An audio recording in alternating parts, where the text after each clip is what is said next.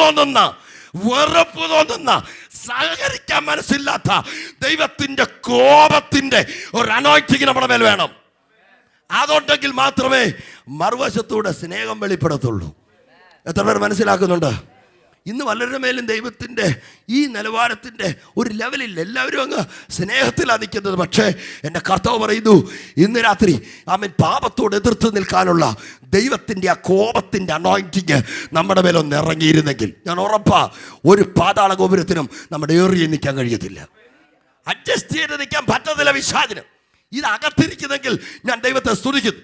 ഇറങ്ങി ഇങ്ങോട്ട് വരുമ്പോൾ മോശ പോലും അറിയാതെ മോശയുടെ മേൽ വെളിപ്പെട്ട ഒരു ആത്മപകർച്ചയെക്കുറിച്ചാണ് പറയുന്നത്. ദൈവവചനം കേട്ടുകൊണ്ടിരിക്കുമ്പോൾ തന്നെ ഇതിനോട് ആര് സഹകരിച്ച് നിൽക്കുന്നു? ഞാൻ പറയുന്നു, ഇത് കേൾക്കുന്ന ശബ്ദമായിട്ട് ചെവിയിലൂടെ കയറുമ്പോൾ എൻ്റെ ദൈവത്തിൻ്റെ ആത്മാവ് അതിൻ്റെ ശക്തിയും നമ്മുടെ അകത്ത് തന്നിരിക്കും. ഉറപ്പ്. നീ തീക്കകത്ത് നിൽക്കുന്നു, നീ എൻ്റെ വാക്ക് കേട്ട് കയറി വന്നു, നീ എൻ്റെ പ്രമാണം ഞാൻ കൈമാറുമ്പോൾ അതിന് ചെവി കൊടുത്തു നിൽക്കുന്നു. പക്ഷെ മറന്നു പോകരുത് മോശേ, നീ പോലും അറിയാതെ എൻ്റെ മേൽ നിന്ന് താഴെ നടക്കുന്ന അനീതിക്കെതിരായിട്ട് ഒരു ശബ്ദം ചലിക്കാനും ഒരു പ്രവൃത്തി ചലിക്കാനുമുള്ള ആത്മപകർച്ച ഞാൻ നിന്റെ മേൽ കൈമാറി കഴിഞ്ഞു. നിനക്കതറിയത്തില്ല. ഇറങ്ങിപ്പോ താഴ്വരയിലേക്ക്. കോപിക്കരുതെന്ന് പറഞ്ഞ മോശ അവിടോട്ട് ചെന്നപ്പം പുള്ളി ദൈവത്തെ മറന്നു, പലകയെ മറന്നു. ആ പലകയെടുത്ത് ഒറ്റ ഏറ. നമ്മളവർക്ക് ദൈവം മോശ അനുസരണക്കേട് കാണിച്ചെന്ന്. എടാ, നീ ആ പലകയല്ലേ ഉടച്ചുള്ളൂ, ഞാനിതിനെ മുഴുവൻ ഉടയ്ക്കാനുള്ള പരിപാടിയും കൊണ്ട് നിൽക്കുക. ഹലോ, മോശയോട് ദൈവം കോപിക്കുന്നൊന്നുമില്ല. കാരണം എടാ, അങ്ങനെ ഒരുത്തനെയാ എനിക്ക് വേണ്ടിയത്. ഇങ്ങനെ ഒരുത്തനെ ഇസ്രായേലിൽ നിന്ന് ഞാൻ അന്വേഷിച്ച് നടക്കുക. എൻ്റെ എരിവുള്ള ഒരു തലമുറ, എൻ്റെ അകം കത്തുന്നത് പോലെ നിന്റെ അകം കത്തുന്നത് എനിക്കൊന്ന് കാണണം. അങ്ങനെയുള്ളവനെയാ എൻ്റെ കയ്യിലെ പ്രമാണം ഞാൻ കൈമാറാൻ ആഗ്രഹിക്കുന്നത്. നിന്നിൽ ഞാനത് കണ്ടോട്ട് തന്നെയാ ഈ പർവ്വതത്തിലേക്ക് ഞാൻ നിന്നെ വിളിച്ചത്. സ്തോത്രം. അവരിട്ടപ്പം കാളക്കുട്ടി പുറത്തു വന്നു. മോശ അതിനെ തീയിലിട്ടപ്പം ഈ സാധനം അവിഞ്ഞുപോയി. നമ്മുടെ മേൽ വ്യാപരിക്കേണ്ട അഭിഷേകത്തിന്റെ ശക്തിയാണ് ഞാൻ പറയുന്നത്. ഹല്ലേലൂയ. ഏത് ഭൂതം പിടിച്ച വീട്ടിലും കെട്ടിജാണിയാത്ത വീടുകളിൽ ഞങ്ങൾ പോയി താമസിച്ചിട്ടുണ്ട്. രാത്രി ഉറങ്ങാൻ പറ്റത്തില്ല. മരിച്ചവന്റെ ആത്മാവെന്ന് പറഞ്ഞ് കടയെ വന്നിടിക്കും ഭൂതപ്രേതം. നാട്ടുകാർ വന്ന് വെളുപ്പിനെ നോക്കിയിട്ടുണ്ട്, ഇവറ്റകളെല്ലാം ജീവനോടുണ്ടോ. പക്ഷേ അഭിഷേകമുള്ളവൻ ഒരു കുഴപ്പമില്ല. അതിനകത്ത് ദൈവമൊക്കെ മാത്രമേ താമസിക്കാനും പറ്റൂ. 2-3 മാസത്തേക്ക് ഞങ്ങൾ ഒരു കൺവെൻഷൻ നടത്താൻ പോയപ്പോൾ താമസിച്ച ഒന്നും ഏശത്തില്ല. അകത്ത് പ്രമാണം കത്തുന്നുണ്ടെങ്കിൽ അതിന് ചെറുത്ത് നിൽക്കേണ്ടതിനോട് ചേർത്ത് നിൽക്കാൻ അതിൻ്റെതായ ഒരു പവർ അതിനകത്തുണ്ട്. ഇത് നമ്മുടെ അകത്തൊന്ന് ഇറങ്ങി കിട്ടിയാൽ മതി. നമ്മളൊന്നും ചെയ്യണ്ട, അതിന് വേണ്ടി ഒന്ന് നിന്നുകൊടുത്താൽ മതി. ഞാനതിനായി ദൈവത്തെ സ്തുതിക്കുന്നു. മോശ മാമിന ബിംബം എടുത്ത് തീക്കകത്തിട്ടതും അതങ്ങ് വല്ലറായി പോയി. പിന്നത്തെ കാര്യം കേൾക്കണോ? എടുത്ത് ഓടച്ച് പൊടിച്ച്. നമ്മളാണെങ്കിൽ പലകൻ തല്ലി പൊട്ടിക്കും, അവൻ അവിടുന്ന് ഓടുകയും ചെയ്യും. പലകൻ തല്ലി പൊട്ടിക്കും. പക്ഷേ മോശ അതിനെ എടുത്ത് ഓടച്ച് പൊടിച്ച് വെള്ളം കൊണ്ടുവരാൻ പറഞ്ഞു. ഒറ്റയ്ക്കൊരു മനുഷ്യൻ. അങ്ങൊരു കണക്ക് ഞാനൊക്കെ പറയാം, എനിക്കറിയത്തൊന്നുമില്ല. ചരിത്രകാരന്മാർ അവർ പറയുന്നത് ശരിയൊന്നുമല്ല. ചുമ്മാ അവരൊക്കെ പറയും, നമ്മൾ പിന്നെ അവരുടെ കേൾക്കത്തുള്ളല്ലോ. 9 ലക്ഷം അല്ലെ ഒരു 10 ലക്ഷം എന്ന് കൂട്ടും. ഇവിടെ 10 ലക്ഷത്തിലധികം മനുഷ്യൻ ഒരുമിച്ച് നിന്നുകൊണ്ട് ഒരു കാളക്കുട്ടിയെ ഉണ്ടാക്കി അത് ദൈവമാണെന്ന് പറഞ്ഞ് അതിൻ്റെ മുമ്പിൽ രക്തം തിളച്ചു നിൽക്കുമ്പോൾ പ്രമാണത്തിൻ്റെ തീയിൽ നിന്നും വന്ന ഒരു മനുഷ്യൻ ഒറ്റയ്ക്ക് അതിനെ ഇങ്ങോട്ട് വലിച്ചെടുത്തു. അകത്ത് ദൈവത്തിൻ്റെ കോപം അനീതിക്കെതിരായി, സാത്താനെതിരായി, പാപത്തിനെതിരായി ചലിക്കാൻ ആരെങ്കിലും നിന്നുകൊടുത്താൽ എത്ര ലക്ഷങ്ങൾ നിനക്കെതിരായി ശബ്ദമുയർപ്പിച്ചാലും, എത്ര കോടിക്കണക്കിന് ജനം ആഘോഷം പ്രതിഗാനമായി പറഞ്ഞാലും അത് ചലിക്കണമെങ്കിൽ നിന്റെ അകത്തെ പ്രമാണം തീരുമാനിക്കണം. ഒറ്റ ഒരെണ്ണം ചലിച്ചില്ല. എവിടെ പോയി 2011 ഈ അഭിഷേകം? അന്ന് തോറ്റ് പ്രതിഗാനം പാടിയവർ ആ കൂട്ടത്തിൽ നമ്മളൊന്നും ചെന്ന് പെട്ടില്ലെന്നൊക്കെ സ്തോത്രം പറയാം. സ്തോത്രം പറ. ഹല്ലേലൂയ. പലരും തോറ്റവരുടെ കൂട്ടത്തിലാണെങ്കിലും നമുക്ക് അങ്ങനെ പറയണ്ട. സ്തോത്രം.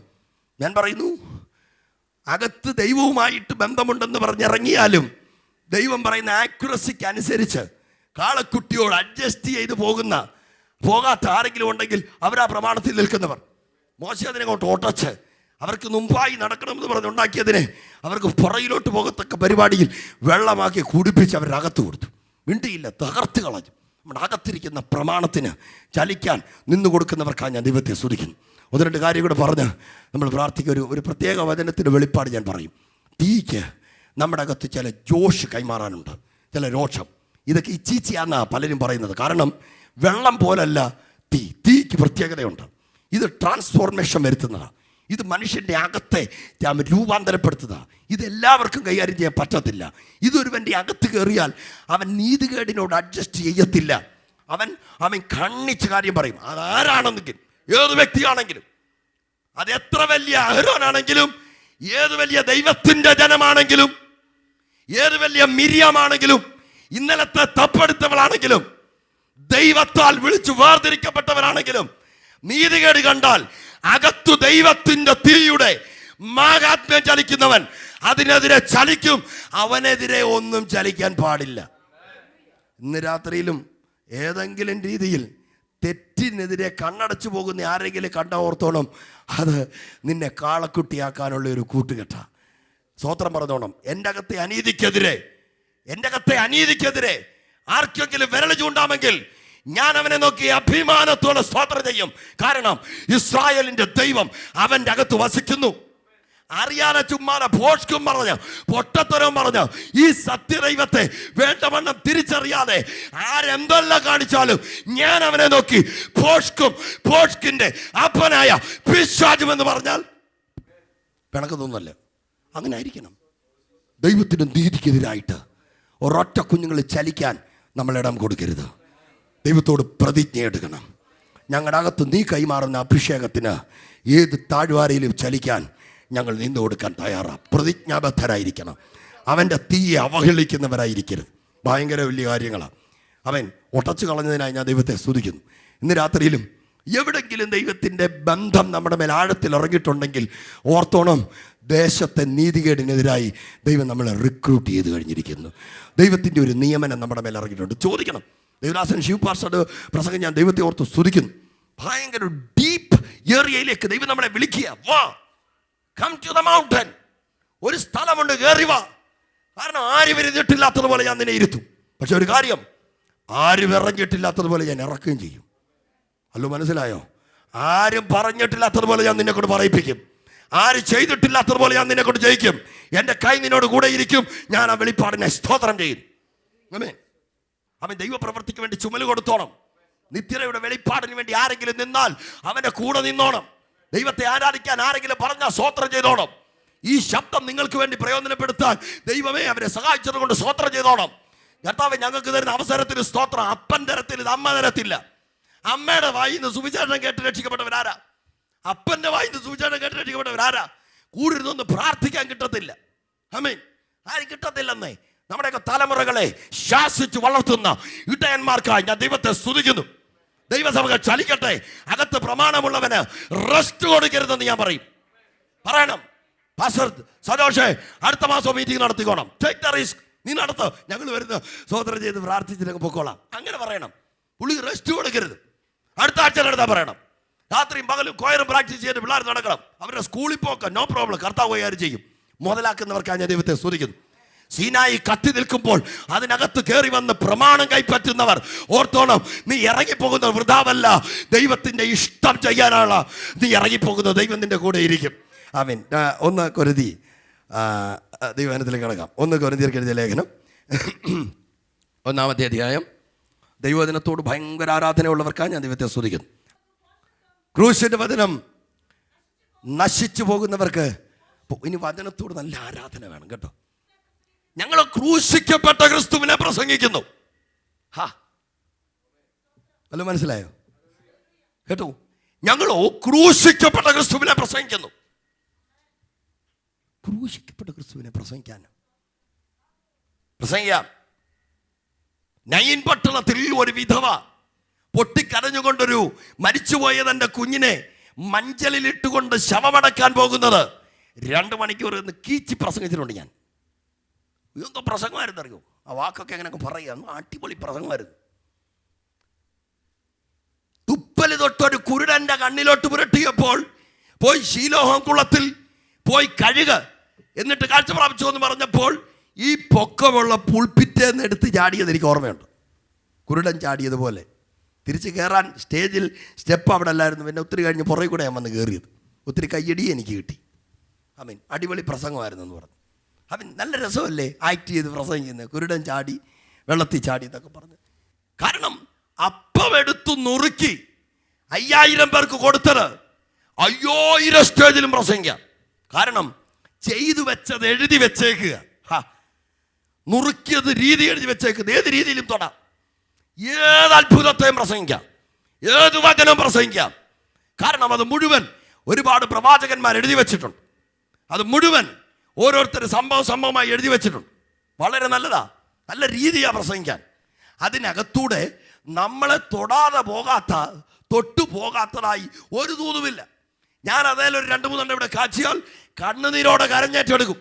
എന്നോട് ഇടപെട്ടെന്ന് പറയും, എൻ്റെ വിഷയം ഇടപെട്ടെന്ന് പറയും. പക്ഷേ ശുദ്ധനായ പൗലോസ് പറയുന്ന ഒരു വെളിപ്പാടാ, എൻ്റെ വിഷയങ്ങളെ ഞാൻ ചപ്പ് ചവരം തണ്ണി അവൻ്റെ മാത്രം വിഷയത്തെ തൊടുന്നതാണ് ക്രൂശിൻ്റെ വചനം. എത്ര പേർക്ക് ആഗ്രഹമുണ്ട്, എനിക്ക് അവൻ്റെ വചനം എന്നെ ചലിപ്പിക്കണം, അവൻ്റെ സാക്ഷ്യം എന്നെ ചലിപ്പിക്കണം, അവൻ്റെ വിഷയം എന്നെ ചലിപ്പിക്കണം. വേറൊരുത്തൻ്റെ വിഷയം എന്നെ എങ്ങനെ ചലിപ്പിക്കുന്നത്? ഓരോരുത്തരെ തൊടാൻ അവരവരുടെ വിഷയങ്ങളുണ്ട്. ഈ വചനം കൊണ്ട് നമ്മുടെ വിഷയത്തെ തൊട്ട് തൊട്ട് തൊട്ട് തൊട്ട് 2011 പിശാച് ഇവിടുത്തെ രാജ്യത്തിന്റെ അധിപതികളെ കയ്യിലെടുത്ത് വിലസുക, ഇവിടുത്തെ പാതാള ഗോപുരങ്ങൾ അടിച്ച് തിമിർക്കുക, ഇവിടുത്തെ കോടതികളിൽ കേസുകൾ പെരുകി വരുന്നു, ഇവിടുത്തെ തലമുറകൾ അധികാരികളെ കൊണ്ടുപോലും നിറഞ്ഞു. കാക്കിക്കകത്ത് കാക്കിയുടെ വിലയറിയാത്തവർ, നിയമത്തിനകത്ത് നിയമത്തിന്റെ വിലയറിയാത്തവർ, തെരുവുകളിൽ ആക്സിഡന്റുകൾ പെരുകുന്നു. ഒരുവന്റെ രക്തം വാർന്നു കിടന്നാൽ തിരിഞ്ഞു നോക്കാൻ പോലും ആളില്ല. നോക്കിയാൽ അവന് രേഖാചിത്രം വരച്ച് അറസ്റ്റ് വാറന്റ് പുറപ്പെടും. എത്ര മൃഗീയമായി 2011 അരുമനാഥന്റെ വരവിന് മുമ്പ് ഈ രാജ്യം മുഴുവൻ അവന്റെ തേജസ് കൊണ്ട് നിറയേണ്ടിയ സ്ഥാനത്ത് അഴിമതിയുടെയും പുഴുക്കുത്തിന്റെയും വേർകൃത്യങ്ങളുടെയും തമ്മിലടിയുടെയും വൈരാഗ്യത്തിന്റെ കഥ സഭയ്ക്കും പറയാനില്ലേ? ഞാൻ ചോദിക്കുന്നു, ഏത് പ്രസംഗം കൊണ്ടാ ഇതുവരെ നമ്മൾ ജീവിച്ചത്? പൗലോസ് പറയുന്നു, ഞാനോ ക്രൂശിക്കപ്പെട്ട ക്രിസ്തുവിനെ പ്രസംഗിക്കുന്നു. വീണ്ടും പറയുന്നു, ക്രൂശിന്റെ വചനം. ക്രൂശിന്റെ വചനം, മലമുകളിൽ കയറിയിരുന്ന് പ്രസംഗിച്ച വചനം പ്രസംഗിക്കാൻ അടിപൊളിയാണ്. കാരണം കർത്താവ് പ്രസംഗിച്ചിട്ടേക്കുക. നിർജ്ജന പ്രദേശത്തിരുന്ന് ചെയ്ത അത്ഭുതം പ്രസംഗിക്കാൻ എളുപ്പമാണ്. പക്ഷെ ഒരു മനുഷ്യൻ ശരീരം മുഴുവൻ അടിച്ച് തുളച്ച് ശരീരത്തിൽ നിന്ന് രക്തം വാർന്നൊഴുകുമ്പോൾ അവനെ നോക്കി എന്തോ പ്രസംഗിക്കാന്? അതിങ്ങനെ ആവേശം കൊള്ളിക്കുന്നത്. ഞാൻ പറഞ്ഞില്ലേ, അപ്പം നുറുക്കി തരുന്ന കാര്യം പ്രസംഗിച്ചാൽ ടച്ച് ചെയ്യുന്ന ദൂത് കാണും. പക്ഷേ യേശുക്രിസ്തു ഒരു ഹീന മനുഷ്യനെ പോലെ അടികൊണ്ട് അമ്മ കേട്ട വെളിപ്പാട് കണ്ടായിരുന്നോ? ലൂക്കോസ് 1 എന്താ കേട്ടെന്നറിയാമോ? മറിയേ, നിന്റെ മകൻ അത്യുന്നതന്റെ മകൻ എന്ന് വിളിക്കപ്പെടും, അവൻ വലിയവനാകും, അവൻ ദാവീദിന്റെ സിംഹാസനത്തിൽ ഇരിക്കാൻ ഒരാളില്ലാതെ പോകത്തില്ല. അടുത്തത് കേട്ടോ, അവൻ യാക്കോബ് ഗൃഹത്തിൽ എന്നേക്കും രാജാവായിരിക്കും. ഏതാ നിർമ്മല ആന്റി, നമ്മുടെ മകനെ കുറിച്ച് ഇങ്ങനെ ഒരു ദൂത് കേട്ടാൽ നിൽക്കാൻ പറ്റുമോ? നമുക്ക് പറ്റുമോ? സജോഷ് പാർസലെ, നിങ്ങളുടെ 2 മക്കൾ എവിടെ പോയി? അവര് മാത്രം അവരെ കുറിച്ച് ഇങ്ങനെ ഒരു ദൂത് പറയുക. എന്തോ ആയിരിക്കും, എന്ത് സന്തോഷമാണ്. ഇനിയും പറയുന്നത് നാരായണനും അല്ല, ദൈവദൂതൻ. ഇല്ലേ, എന്തുവാ അല്ലേ ദേവദാസന്മാരെ? ദൈവദൂതൻ ഒരു വെളിച്ചമായി ഇറങ്ങുന്നോട് പറയുക, നിനക്കൊരു കുഞ്ഞ് ജനിക്കാൻ പോകുന്നു. അത് കേട്ടാൽ എന്തായിരിക്കും, എന്താ ത്രില്ലായിരിക്കും.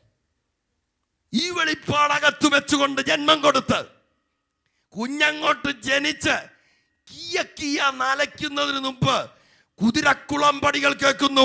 ആരവിടെ? ആ വീട് വളയുക. എന്തുപറ്റി? എന്തുപറ്റി? എവിടെ മറിയ? എവിടെ യോസഫ്? യോസഫിന്റെ വീട് എവിടെ? രാജാവായി പിറന്നവനെ തിരക്കി വരുന്ന ഒരു തലമുറ വാളും പിടിച്ച് കഴുത്തറിഞ്ഞു കളയാൻ. എപ്പോൾ ദൂത് കേട്ട് ആനന്ദിച്ചോ അത് മുഴുവൻ തകർന്നു പോയി. സ്വസ്ഥത കെട്ടവളെ പോലെ അന്നു മുതൽ ഓടുന്ന ഓട്ടമാ. ഓരോ രാത്രി കഴിയുമ്പോഴും ഓരോ പകല് കഴിയുമ്പോഴും ദൈവം പറഞ്ഞ ദൂത് വെച്ചുകൊണ്ട് ആ അമ്മ വിലയിരുത്തും. ദാവീദിന്റെ സിംഹാസനത്തിൽ ഇരിക്കുന്നവൻ.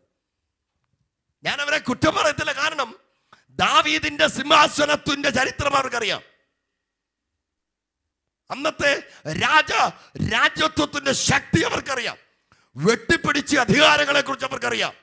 എഴുതിയ ദിനവൃത്താന്തങ്ങളെ കുറിച്ച് അറിയാം. രാജാക്കന്മാരുടെ ചരിത്രങ്ങൾ അവരുടെ പുസ്തകങ്ങളിലുണ്ട്. ഒന്നും പറയാൻ പറ്റത്തില്ല. ആ അമ്മ യോസഫുമായി ചർച്ച ചെയ്യാറുണ്ടായിരിക്കാം. അവരൊരുമിച്ച് പറയാറുണ്ടായിരിക്കാം, നമ്മുടെ ഈ കുഞ്ഞ് രാജാവാകും, നമ്മുടെ ഈ കുഞ്ഞ് രാജാവാകും, നമ്മുടെ ഈ കുഞ്ഞ് ഈ രാജ്യത്ത് ഏറ്റവും വലിയവനാകും.